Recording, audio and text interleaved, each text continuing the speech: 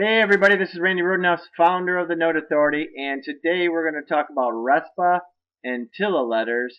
And we're going to explain those things to you, what that means when you send it out. You're going to be sending these letters out to the homeowners when you change the servicer or when you change the ownership of the note and those types of things. So let's get started here. So first off, what is RESPA? What does it stand for? It stands for Real Estate Settlement Procedures Act, and it's enforced by the Consumer Financial Protection Bureau, the CFPB.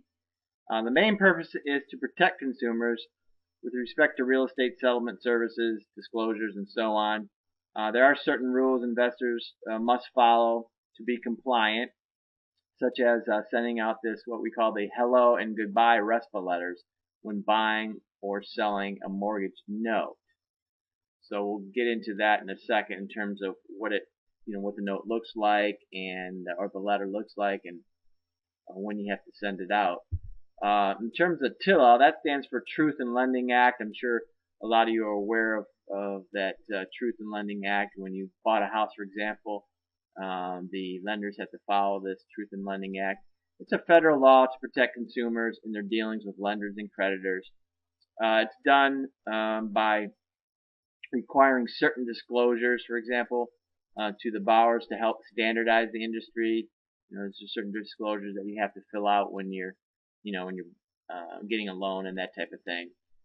Last thing here is rules state that you must send a TILA letter when the ownership of the note changes. Again, so if it changes from, let's say I buy a note from Capital One sells me a note and I buy it, now it's in the name of my company, the Note Authority. Now I have to send them out a letter, the homeowner letter that states that, okay, there's a new guy in town, so to speak. They don't own your note now, we own your note, and so on. So I'm going to show you an example of this in a second. So just to summarize, the RESPA letters you send out whenever the servicer changes, and they're called the goodbye letter for the seller and the hello letter for the buyer. And TILA letters, or what I call TILA transfer notices, are sent out when the ownership of the note changes.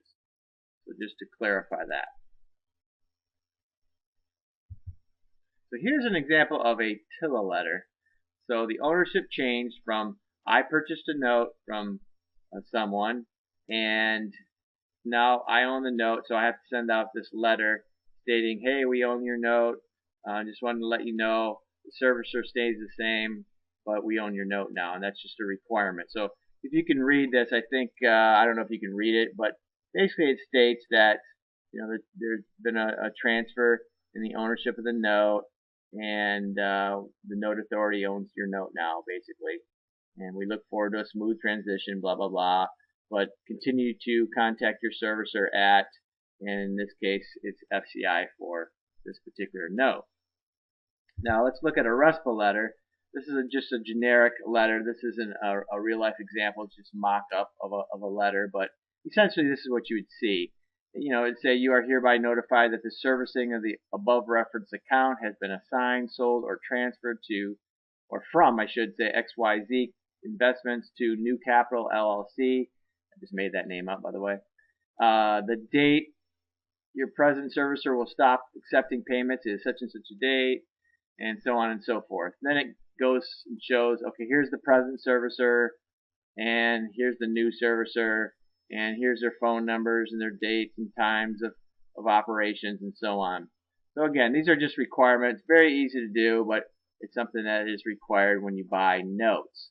Whether you're buying non-performing notes or performing notes, this is a requirement. So I thought I'd just give you that quick overview of RESPA and TILA letters. Hopefully that helped you.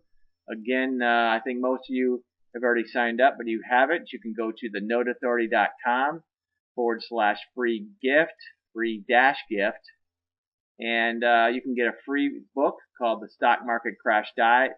It essentially tells you all about self-directed IRA investing in assets other than stocks, bonds, and mutual funds. We also have a free newsletter that we send out with articles, sample deals, resources, There's videos on there that explain the how-to of note buying, a video just like this one, and so on. So if you'd like to do that, if you haven't signed up yet, go ahead and do so. If you have, you can just skip that, of course. If you have any questions, just email me at askthenoteauthority.com, ask@thenoteauthority.com, and we'll help you out. So we'll see you on the next video.